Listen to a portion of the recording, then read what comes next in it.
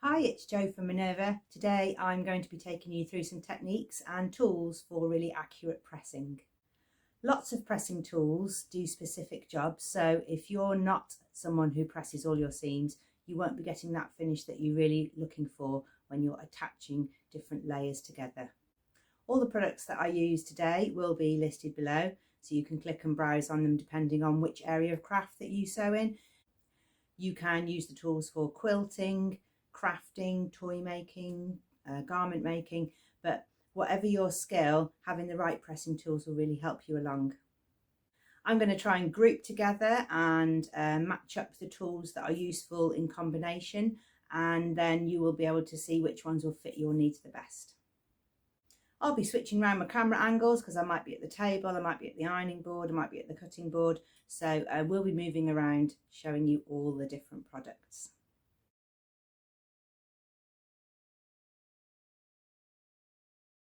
The first thing to mention is that some people don't have the luxury of a workspace where they can have an ironing board out at the same time as their sewing machine. So if you're a kitchen countertop sewer, then you might need to try and find the pressing tools that will help you to have your items right by you so that you don't skip that pressing stage in the making process, and I'm going to show you those first.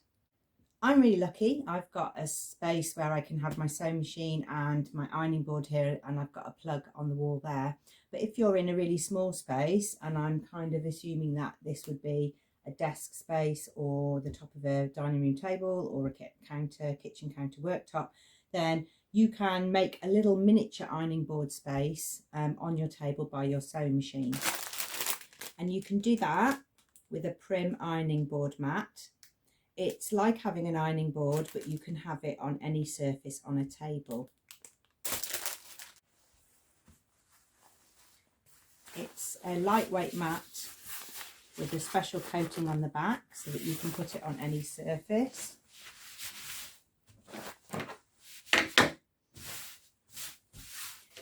And you can have your sewing machine on the top, and then you've got a space to iron at the side. This one is particularly good if you're a quilter, and it's quite good because if you've got your sewing machine, you only need a little space to iron small quilt blocks, so you can have your machine and your ironing right close to you. It's by Prim. It's all bound on the edge, and it's got a cotton top so that you can get quite a hot temperature going here. It's just like having an ironing board but on your table. If small is your thing, working in small spaces is your thing, then you can also match that combination up with a really small iron. So this is a little tabletop iron. It plugs in the same. It's got the cable coming out the back. It plugs in the same. It's a little steam iron. So if you're working with your sewing machine, you can have your iron plugged in and you can press seams on quite a small space. And shoulder seams aren't big, sleeve seams aren't big. You can just keep moving along longer seams by using this mat on your table. If ironing on a small scale is your thing, then there's another version by Prim called the multi-ironing mat, and that's got pockets all down the front so you can put your scissors in and your pens, and then that hangs down the front and you have your machine on the top. So it looks like this. So you have your sewing machine on the top, and then you've got a place to have things to hand right where you're sewing. So that's another option if you think an ironing mat would be a useful tool for you. The last small scale item to show you is a small sleeve ironing board. So this is a ironing board that is really narrow, so you can put a sleeve on, and there's no leg or anything underneath here stopping you getting right into the yarn cycle. Although it's called a sleeve ironing board, you could just use it as a small ironing board. So if you haven't got space, again, you could set up this and have this with a mini steam iron, so you've got a little mini seam pressing area very close to your sewing machine without having to have a really big ironing board out if you don't have enough space. The second things we're going to look at are some techniques pressing using a ham. So these are two shapes of ham. So this is a pressing ham. This one is a sleeve pressing ham. So this one you can manipulate round to iron different shapes, and this one is specifically made to go inside a sleeve. These are both by Prim.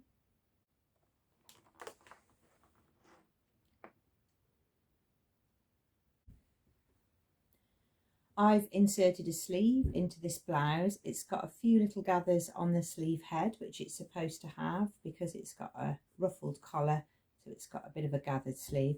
But I want to press out this here, so I'm going to use the ham underneath, which means that I can get a curve shape and I can lift that area of fabric up a little bit.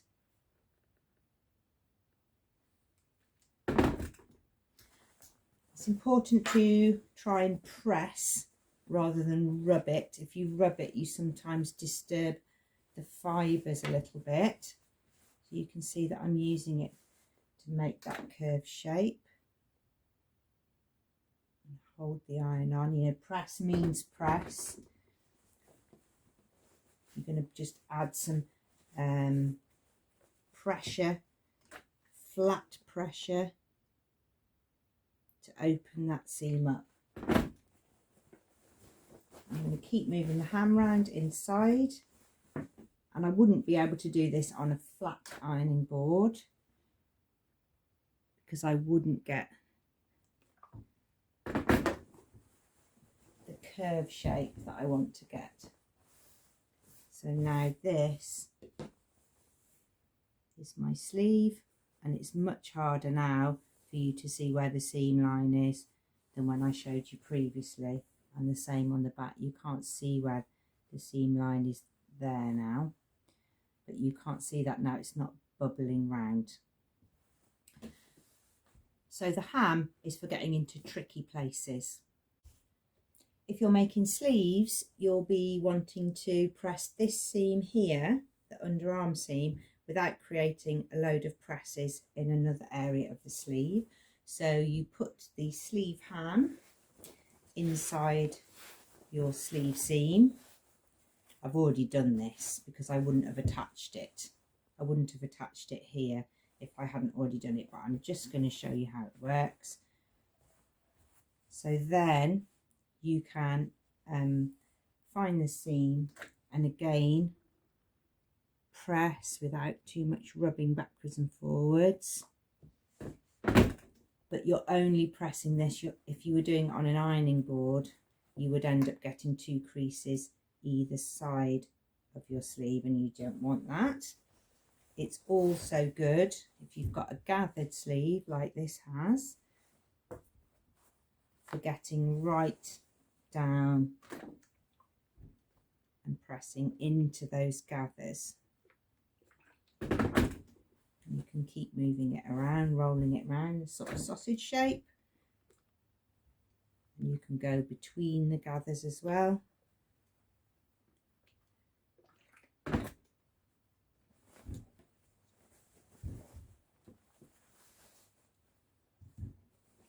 And then you're getting an underarm seam that's flat all the way up to where you join the arm side here. And because that's flat as well, it all fits together really nicely. Some people I've seen post a picture online and then say, I'm going to press it at the end, it'll look better. But actually you need to be pressing throughout to make sure everything fits together smoothly on these joins where there's multi-seams. So easy. Do a sleeve roll as well. But they also do this handy little mitt, which is look like a really big boxing glove mitt. So you can put this into different areas and you can iron round without burning your fingers. Your fingers are still here, so you can't come around to touch your fingers, but you can get different areas by manipulating this mitt round.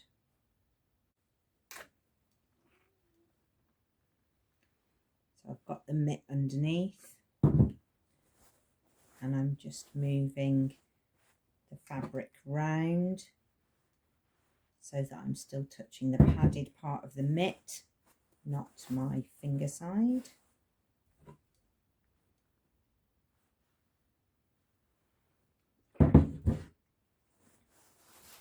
So that one is good for tricky places. Section number 3 is all about looking after your iron and iron care and looking after the things that you've got.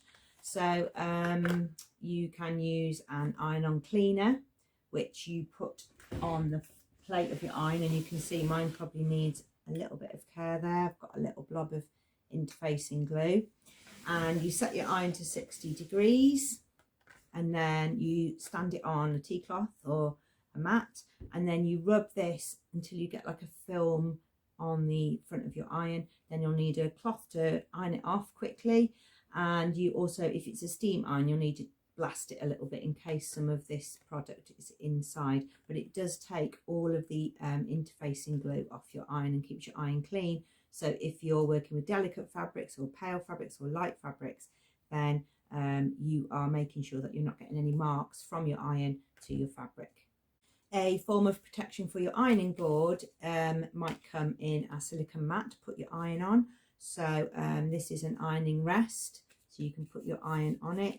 It's quite a good one to put with the Prim mats. So if you're using an iron and an ironing mat, because an ironing mat doesn't tend to have the metal stand on the end like an ironing board, then this comes in quite handy for keeping your iron on a surface close to you. And this one's by Prim. Talking of ironing boards, if you've got an ironing board and the cover keeps rocking a little bit around it and you keep getting folds on your ironing board, you can buy some ironing board fasteners. And these are like little braces for your iron. So you put them across the back and get some tension on them so that your ironing board stays nice and smooth and tight, so the cover doesn't get creases and wrinkles in. Otherwise you're transferring creases from your ironing board to your fabric. The last form of protection I'm going to show you is a Prim ironing shoe, and it's a piece of silicone, and it slips over the top of your iron look. It's got an elastic spring running here, and that means that you're protecting your iron, but you're also protecting your fabric surfaces. You can put this on a very high heat, so you're not transferring any glue from interfacing to your iron. It will go onto this sort of like a mat, like a silicone mat. Then you can take that off and clean that rather than trying to clean your iron. It also stops you over ironing fabrics and making them shiny and making them lose their texture. So that one's quite a useful one. Number 4, I've grouped together some pressing cloths to protect your fabrics. So these 2 cloths are by Hemline. There's a pressing cloth, just a white one. It does allow you to take temperatures quite high with your iron. So if you just want a simple budget pressing cloth, that's brilliant for that. Second one I'm going to show you is an applique mat, and that is a piece of silicone. So a little bit like the ironing shoe I showed you to protect your iron, you can use a piece of this and it does the same job. So this is used when you put down a piece of applique that's got interfacing on the back. You can iron the fabric side, but you can turn it over and you can use this pressing cloth to put on top, and then you can iron the back without melting the interfacing. So this will allow you to get to high temperatures because it's made of silicone. So that one's really useful for applying interfacing and not getting anything stuck to your iron. I have a couple more pressing cloths to show you. This one's by Marbit, and it's the same as the Hemline one. So that one is bound around the outside and it's a steam ironing cloth. But the one that I'm really interested in this brand line is a Crush press cloth. So it's by the same company, and this is a pressing cloth that's got some give and sponge in it. Can you see? I don't know if you can see my fingers going. It's like a really thin piece of sponge. It's got a white side of cotton that you can put your iron on, and then the other side goes onto your fabric. So it's really useful if you're pressing cord. So you can press your cord from the reverse, but if you press your cord from the front, if you use this Crush cloth, then it won't squash down the pile of the cord. It's also good for if you're an embroiderer or a cross stitch crafter and you want to iron your finished product. So you can put your piece of Aida down and then you can put this on top and iron, and it won't crush down all of your needlework. So I really like that one. It's just got a little bit of sponginess in it. It's good for velvet too. It does the same job. It doesn't crush the pile. These have got to be my most favourite new pressing product. They're little silicone fingers. Now, when I do a sew along with you guys, I edit out the bits where I go, ouch, because I get a bit of steam on the end of my fingers. But now I've got a set of these. So when I'm ironing collars, I can put these on my fingers and I can make sure I get the iron right to the edge to get really good points and finish on collars. I'm going to show you how to use them now. I'm at the stage where I need to press around this tricky collar shape. It's a beautiful collar shape. It's got a sort of shape that takes the ruffle onto your collarbone, and then I'm wearing the silicone fingers so that I can hold that fabric down and stop the facing rolling to the front.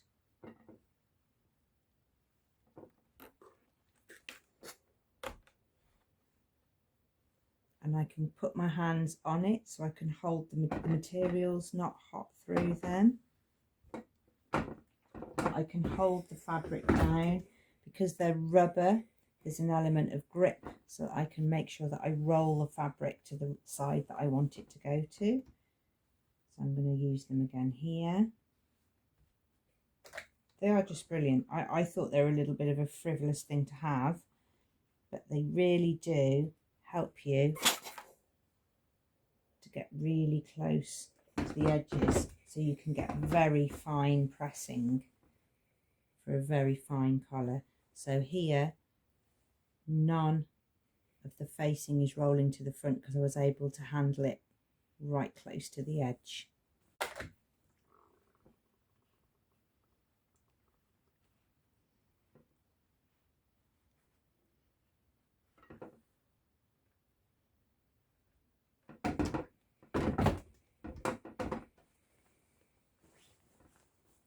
I might also use it for holding some of this down while I iron it away from the seam. Brilliant.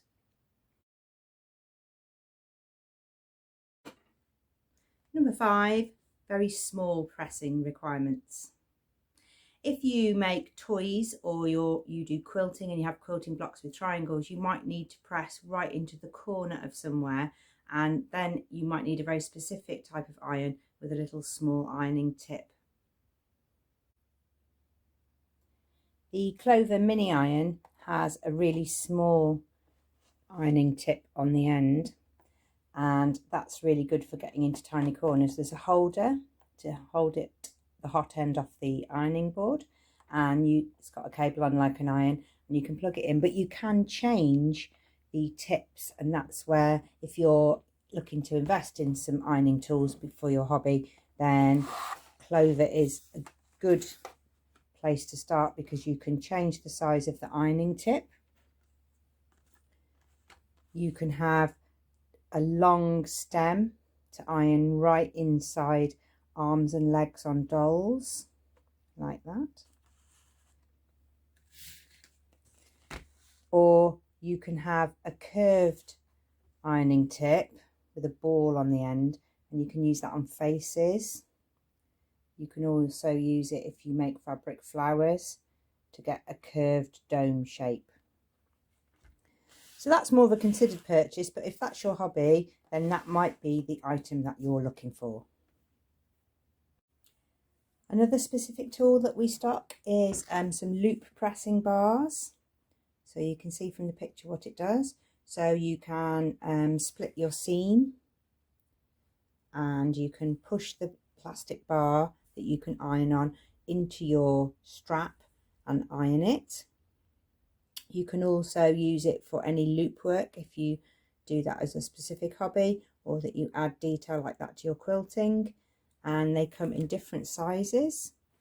I use this one to make these straps on my Ogden cami top.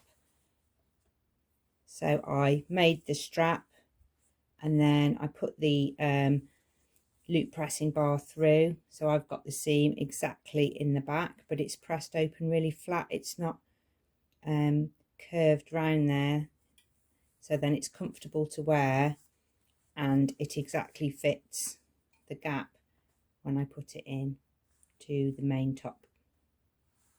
So that might be something specific to you if you make a lot of things with strappy tops, or you do this kind of quilting. It's got a piece on the end where you can put a piece of cord through, and then you can pull some cord through your casing, and then you will get this padded corded loop that you can use as a decorative feature.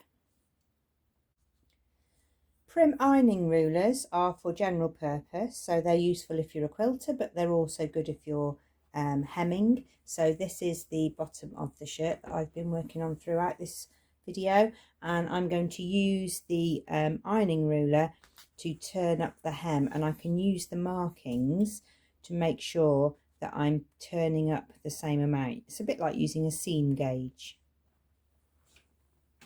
So you can, I'm going to turn up by 2 centimeters. So you turn and press, and it keeps moving it along to that white line. So I'll continue to have a 2 centimeter turn up all the way along, and I can put the iron on this material. It's got some little holes to punch out, so you can also use a marker pen if you want to, or you can iron straight through onto the mat, and then I can just turn that to make my neat hem. My top 3 items are the silicone fingers, which I haven't got, so I'm definitely going to get some of those. The crush cloth that's got that sort of spongy texture to allow for a pile to be ironed. I really like that, and I wouldn't be without my sleeve roll, because there's just no other way of getting that seam here with any other product, because it would make creases in different places. So those are my top 3 items. There we are, that's the full range of Minerva's ironing and pressing tools. I'm not suggesting that you buy them all or look into them all, but some of them might be something that you think would really help improve your sewing. If you join the Minerva Club, you will get a discount. So investing in some tools and materials is great if you're a Minerva Club member, because you will get a discount on your orders. So whether you're sewing in a very small space and you need specific ironing tools, or whether you've got a great big workspace and you want some different products to help you along the way, I hope you enjoy your sewing this week. Bye bye.